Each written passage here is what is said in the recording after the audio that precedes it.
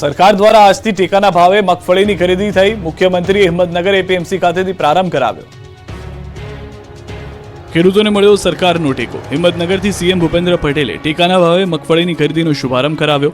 આ સાથે જ રાજ્યમાં 160થી વધુ ખરીદ કેન્દ્રો આજથી શરૂ થયા। ચાલુ વર્ષે રાજ્યમાં ખેડૂતો દ્વારા મગફળીના પાકનું વાવેતર કરવામાં આવ્યું હતું। આ વર્ષે ખેડૂતોને મગફળીનું ઉત્પાદન પણ ખેડૂતોને સારું એવું મળી રહ્યું છે। જો કે યોગ્ય પોષણક્ષમ ભાવ મળી રહે તે માટે રાજ્ય સરકાર દ્વારા ટેકાના ભાવથી ખેડૂતોની ખરીદીની શરૂઆત કરી। સીએમ ભૂપેન્દ્ર પટેલે હિંમતનગરના કોટન માર્કેટયાર્ડ ખાતેથી મગફળીની ટેકાના ભાવથી ખરીદીની શરૂઆત કરાવી।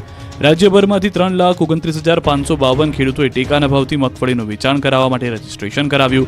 રાજ્ય સરકાર ખેડૂતો પાસેથી પ્રતિમણના 1,356 રૂપિયાના ભાવથી ખરીદી કરશે અને આગામી સમયમાં ખેડૂતોને પડખે રાજ્ય સરકાર ઊભી રહેશે તેવી ખાતરી પણ આપી હતી। ખેડૂતોની આર્થિક સદ્ધરતા કાયમી બની રહે તે માટે પણ રાજ્ય સરકાર પ્રયત્નશીલ હોવાની વાત મુખ્યપ્રધાન ભૂપેન્દ્ર પટેલ દ્વારા કરવામાં આવી હતી। રાજકોટ અને જામનગર માર્કેટયાર્ડમાં મગફળી વેચવા ખેડૂતો ઉમટ્યા। માર્કેટયાર્ડ બહાર વાહનોની લાંબી કતાર લાગી। રાજ્યભરમાં આજથી ટેકાના ભાવે મગફળી સહિતના પાકોની ખરીદી શરૂ કરાઈ। ત્યારે રાજકોટમાં ટેકાના ભાવે મગફળી, અડદ, મગ અને સોયાબીન સહિતની જણસીની ખરીદીની શરૂઆત કરાઈ। ચાલુ વર્ષે રાજ્ય સરકાર દ્વારા ટેકાના ભાવે મગફળીના પ્રતિ 20 કિલો રૂપિયા 1,356 જાહેર કરવામાં આવ્યા। ત્યારે રાજકોટના જૂના માર્કેટિંગ યાર્ડ ખાતે લોધિકા, કોટડા, સાંગાણી સહિત રાજકોટના વિવિધ તાલુકાના ખેડૂતો મગફળી વેચવા માટે ઉમટ્યા છે। ઓપન માર્કેટમાં ખેડૂતોને મગફળીના 200 રૂપિયા સુધીના ભાવ મળે છે, જેની સરખામણીએ સરકાર દ્વારા રૂપિયા 1,356નો ભાવ જાહેર કરતા ખેડૂતો હાલ પોતાની મગફળી ટેકાના ભાવે વેચવા માર્કેટયાર્ડમાં પહોંચ્યા હતા। આ તરફ જામનગરના હાપા માર્કેટિંગ યાર્ડમાં મગફળી વેચવા માટે ખેડૂતોની લાંબી લાઈનો લાગી। ગઈકાલ રાતથી જ ખેડૂતોએ યાર્ડ બહાર લાંબી કતાર લગાવી। 900 જેટલી મગફળીની જણસ ભરી યાર્ડ બહાર ગાડીઓના થપ્પે થપ્પા લાગી ગયા। 66 અને 9 નંબરની મગફળીના સારા ભાવ મળતા જામનગર તરફ અન્ય જિલ્લાના ખેડૂતો પણ વળ્યા છે। વહેલી સવારે પણ 2 થી 3 કિલોમીટર લાંબી મગફળીના વાહનોની કતારો રસ્તા ઉપર જોવા મળી હતી। ઠંડી માટે હજુ પણ રાહ જોવી પડશે। 7 દિવસ ગુજરાતનું હવામાન શુષ્ક રહેશે। સામાન્ય રીતે દિવાળી જાય એટલે ગુજરાતમાં ઠંડક શરૂ થઈ જતી હોય છે, પરંતુ આ વખતનો શિયાળો થોડો મોડો હોય તેવું લાગી રહ્યું છે। નવેમ્બર મહિનાના 11 દિવસ બાદ પણ ગુજરાતમાં ઠંડક નથી લાગી રહી। હજી લોકો એસી અને કુલરના સહારે દિવસો કાઢી રહ્યા છે। ત્યારે અમદાવાદના હવામાન વિભાગે ગુજરાતમાં રવિવાર સુધી કેવું હવામાન રહેશે તે અંગેની આગાહી આપી, જેમાં તેમણે ઠંડી અને તાપમાન અંગેનું પૂર્વાનુમાન જણાવ્યું।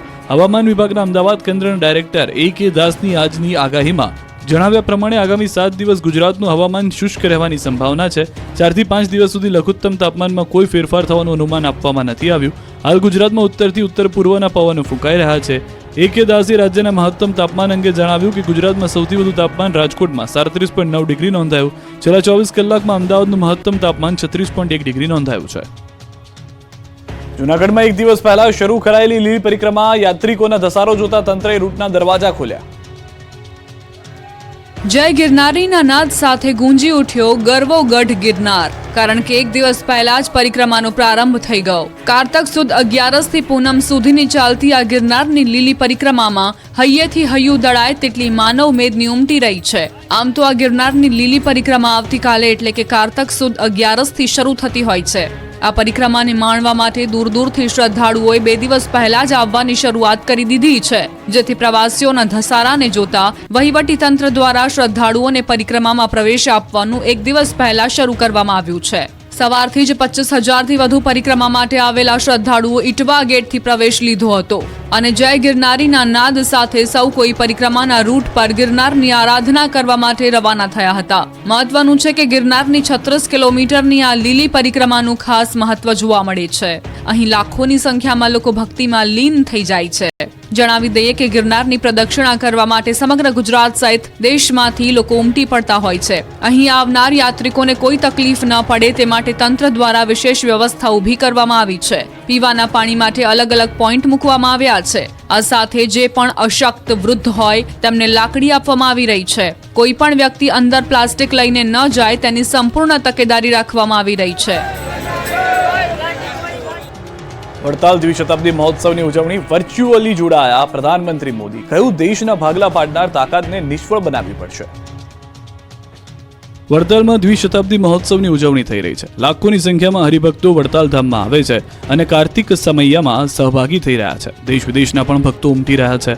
આ મહોત્સવ દરમિયાન પીએમ મોદી વર્ચ્યુઅલી જોડાયા। મંદિરના કોઠારી સંત વલ્લભ સ્વામીએ પીએમ મોદીનું સ્વાગત કર્યું। પીએમ મોદીએ તેમના સંબોધનમાં કહ્યું કે કેટલાક લોકો સમાજને જાતિ, ધર્મ, સ્ત્રી, પુરુષના નામે અલગ કરવાની કોશિશ કરી રહ્યા છે. આપણે સાથે મળીને આવા કારનામાને પરાજિત કરવા પડશે. મહોત્સવમાં આવતા હરિભક્તોને દરરોજ 10 ટન શેરડીનો રસ પ્રસાદી રૂપે પીરસાય છે. ત્યારે વડતાલ મંદિર બોર્ડ દ્વારા દ્વિશતાબ્દી મહોત્સવમાં આવતા ભક્તો માટે નિઃશુલ્ક ભોજનની વ્યવસ્થા કરવામાં આવી છે. શુદ્ધ ઘી, સિંગતેલ અને લાકડા પર ભોજન બનાવવામાં આવે છે. ઉત્સવ ગ્રાઉન્ડમાં 15થી વધુ ડોમમાં લાખો લોકોને ભોજન પીરસવામાં આવી રહ્યું છે.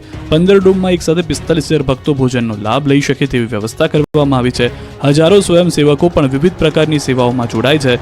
3,000 લોકો માઇક્રો મેનેજમેન્ટ કરે છે. તમામ સેવકો રાત દિવસ સેવા કરે છે. દ્વિશતાબ્દી મહોત્સવ માટે 17 દેશના હરિભક્તો વડતાલને આંગણે. એનઆરઆઈ માટે કરાઈ તપાસ વ્યવસ્થા. ખાસ ભક્તો માટે રસોડા ધમધમ્યા. વડતાલમાં યોજાઈ રહેલા મહોત્સવમાં શુદ્ધ અને સાત્વિક ભોજન માટે વિશેષ વ્યવસ્થા કરવામાં આવી. રોજે રોજ 5,000 કિલો લોટમાંથી ચૂલા પર રસોઈ બને છે અને આ માટે મોટા રસોડા પણ ધમધમી રહ્યા છે. મોટા તપેલામાં દાળ અને ભાત તૈયાર કરવામાં આવે છે. આ ઉપરાંત દરરોજ 10,000 કિલો દાળ તૈયાર કરવામાં આવે છે. દ્રશ્યમાં જોઈ શકાય છે કે હજારો ભક્તો માટે રસોઈ તૈયાર કરવામાં આવી રહી છે. 1200થી વધુ મહિલાઓ અલગ અલગ શિફ્ટમાં ભોજન પ્રસાદની તૈયારીઓમાં લાગી છે. 3 જગ્યાએ અલગ અલગ ભોજનની વ્યવસ્થામાં રોજ 3.5 લાખથી વધુ ભક્તો પ્રસાદનો લાભ લઈ રહ્યા છે.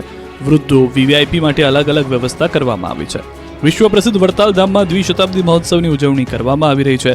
ત્યારે 10,000 જેટલા હરિભક્તો હાલ વડતાલ આવી પહોંચ્યા હતા. આ હરિભક્તો Australia, Dubai, Hong Kong, Canada, Abu Dhabi જેવા 17 દેશમાંથી મહોત્સવમાં ભાગ લેવા માટે પહોંચ્યા. આ હરિભક્તો માટે મંદિર વ્યવસ્થાપન ટ્રસ્ટ દ્વારા ઉતારાની ખાસ વ્યવસ્થા કરવામાં આવી છે.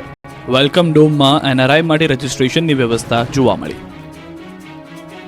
યાત્રાધામ અંબાજીમાં ભક્તોનું ખીડિયારું ઉભરાયું. પદયાત્રીઓ 52 ગજની ધજા લઈને પહોંચ્યા. શક્તિપીઠ અંબાજીમાં ભક્તોનું ઘોડાપુર ઉમટ્યું. કાર્તકી પૂનમને ગણતરીના દિવસ બાકી રહ્યા છે. ત્યારે અંબાજી મંદિરમાં પદયાત્રીઓનો ધસારો વધી રહ્યો છે. આજે વહેલી સવારથી જ અંબાજી મંદિરમાં ભક્તોની ભારે ભીડ જોવા મળી. શ્રદ્ધાળુઓ નાની મોટી અનેક ધજાઓ મંદિરના શિખરે ચઢાવવા માટે લઈને પહોંચ્યા. ત્યારે અમદાવાદનો એક સંઘ પણ 170 કિલોમીટરની પદયાત્રા કરી અંબાજીમાં 52 ગજની 2 ધજાઓ લઈને પહોંચ્યા. આ સંઘમાં 45થી 50 જેટલા મહિલા અને પુરુષો જોડાયા હતા. આજે અંબાજી મંદિરમાં સંઘ દ્વારા ધજા ચડાવવામાં આવી હતી અને પોતાની રાખેલી બાધા માનતા પૂર્ણ થતા સામૂહિક રીતે અંબાજી મંદિરે ધજા લઈને દર્શને પહોંચ્યા હતા. મહત્વનું છે કે હાલ વેકેશન ચાલી રહ્યું છે, ત્યારે મોટી સંખ્યામાં શ્રદ્ધાળુ અંબાજી ઉમટી રહ્યા છે. અંબાજી મંદિર પરિસર પણ બોલ માડી અંબે, જય જય અંબેના નાદથી ગુંજી ઉઠ્યું છે. સમગ્ર મંદિર પરિસર યાત્રિકોથી ઉભરાઈ ગયું હોય એવા દ્રશ્યો જોવા મળ્યા. જોકે શ્રદ્ધાળુઓએ જણાવ્યું હતું કે નવા વર્ષની શરૂઆત થયા બાદ આ કાર્તકી પૂનમે દર્શન કરી પોતાના નવા ધંધા અને પેઢીના મુહૂર્ત કરશે. આમ તો લોકોએ મહત્તમ લાભ પાચમે વેપાર ધંધાના મુહૂર્ત કર્યા હતા, પણ જે લોકો લાંબી ટૂરમાં હતા તેઓ આ પૂનમે શક્તિપીઠમાં દર્શન કરી પોતાના ધંધા રોજગાર શરૂ કરશે. મેટ્રો સ્ટેશન પર લિફ્ટ બંધ હોવાથી પ્રવાસીઓ પરેશાન. અમદાવાદના ગુરુકુળમાં લોકોને હાલાકી. સામાન લઈને ચડવા ઉતરવામાં તકલીફ પડે છે. વૃદ્ધ લોકોને ખૂબ મુશ્કેલી પડે છે. 3 મહિનાથી લિફ્ટ બંધ છે. આ શબ્દો અમદાવાદના ગુરુકુળ મેટ્રો સ્ટેશન પર અવરજવર કરતા મુસાફરોના છે. અમદાવાદમાં ગુરુકુળ મેટ્રો સ્ટેશન પર લિફ્ટ બંધ હાલતમાં જોવા મળી રહી છે. લિફ્ટ બંધ હોવાથી મેટ્રોમાં મુસાફરી કરતા લોકો મુશ્કેલીમાં મુકાયા. છેલ્લા 3 મહિનાથી લિફ્ટ બંધ હોવાથી લોકો પોતાના સુટકેસ સહિતના વજનદાર સામાન સાથે લિફ્ટની સીડી ચડવા ઉતરવા મજબૂર બન્યા છે. મહત્વનું છે કે ખાસ કરીને લિફ્ટ બંધ હોવાથી વૃદ્ધોને મોટી હાલાકીનો સામનો કરવાનો વારો આવ્યો છે. વૃદ્ધો લિફ્ટ બંધ હોવાને કારણે માંડ સીડી ઉતરે છે. બીજી તરફ આ ગુરુકુળ મેટ્રો સ્ટેશન પર લિફ્ટ બંધ હોવાથી વાહનોનો ખડકલો કરી દેવાયો છે. ત્યારે વહેલી તકે લિફ્ટ શરૂ કરવાની માંગ મુસાફરોએ કરી છે. અમદાવાદમાં વગર વરસાદે જળબંબાકાર અને એ પણ ગટરના પાણી પર ઉભરાયા. અમદાવાદ શહેરના વસ્ત્રાલ વિસ્તારના રહીશો ગટરના પાણીની સમસ્યાથી પરેશાન. સુંદરમ આવાસ યોજનાના રહીશો છેલ્લા 15 દિવસથી ગટરના પાણી ઉભરાવવાની સમસ્યાનો સામનો કરી રહ્યા છે. સાથે સ્થાનિકોને પીવા માટેનું પાણી પણ નથી મળતું. પીવાના પાણી માટે ટેન્કરો મંગાવી રહ્યા છે. વારંવાર ગટરના પાણી ઉભરાતા મચ્છરોનો ઉપદ્રવ વધ્યો છે, જેના કારણે રોગચાળો વકરી રહ્યો છે. સ્થાનિકોનું કહેવું છે કે તંત્રને અનેક રજૂઆતો કરી છતાં પણ કોઈ કાર્યવાહી નથી કરાઈ. અધિકારીઓ વાતને અવગણી રહ્યા છે. અધિકારીઓ કામ થશે તો થશે એવો ઉડાઉ જવાબ આપી રહ્યા હોવાનો સ્થાનિકોનો આક્ષેપ છે. ઘણા સમયથી અહીં ગટર ઉભરાવવાની સમસ્યા છે, જેનું નિરાકરણ કરવા સુંદરમ આવાસના લોકો માંગ કરી રહ્યા છે.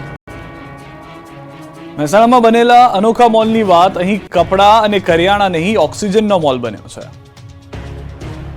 સામાન્ય રીતે તમે કાપડનો કે કરિયાણાનો મોલ જોયો હશે, પરંતુ ઉત્તર ગુજરાતમાં એક અનોખો મોલ આકાર પામ્યો છે. આ મોલમાં કપડાં કે કરિયાણું નહીં, પરંતુ 24 કલાક ઓક્સિજન આપતા છોડ મળે છે.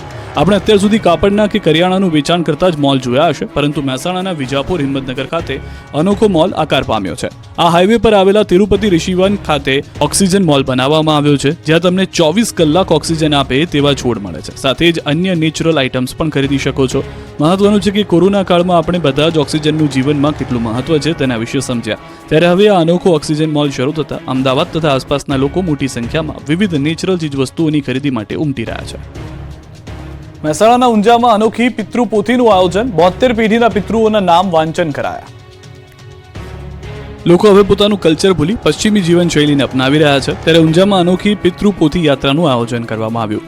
પાટીદાર સમાજના ગોદડ શાખાના કુટુંબીજનો દ્વારા આયોજન કરવામાં આવ્યું, જેમાં પરિવાર સાથે બેસી 72 પેઢીના પિતૃઓના નામ વાંચન કરાયા. પહેલા મોટા ભાગના સમાજની એક જ વંશાવલી હતી. જેમ જેમ પરિવારમાં નવા સભ્યો ઉમેરો થતો જાય તેમ તેમ આ વંશાવલીમાં નવા સભ્યોનો ઉમેરો કરવામાં આવતો, જેથી આગળની પેઢી જાણી શકે કે તેમના પૂર્વજો કોણ હતા અને તેઓ ક્યાંથી આવ્યા હતા, તેમજ તેમનો ઇતિહાસ શું હતો. પરંતુ સમય જતાં આ સિલસિલો અટકી ગયો, પરંતુ આજે ઊંઝા ખાતે તેને જીવંત રાખવાનો પ્રયાસ કરવામાં આવ્યો હતો. વંશાવલીનો મહિમા મેળવી લોકોએ તેની અનુભવી વંશાવલીથી પોતાની અસ્મિતા ઉજાગર કરવાની તક સાંપડી અને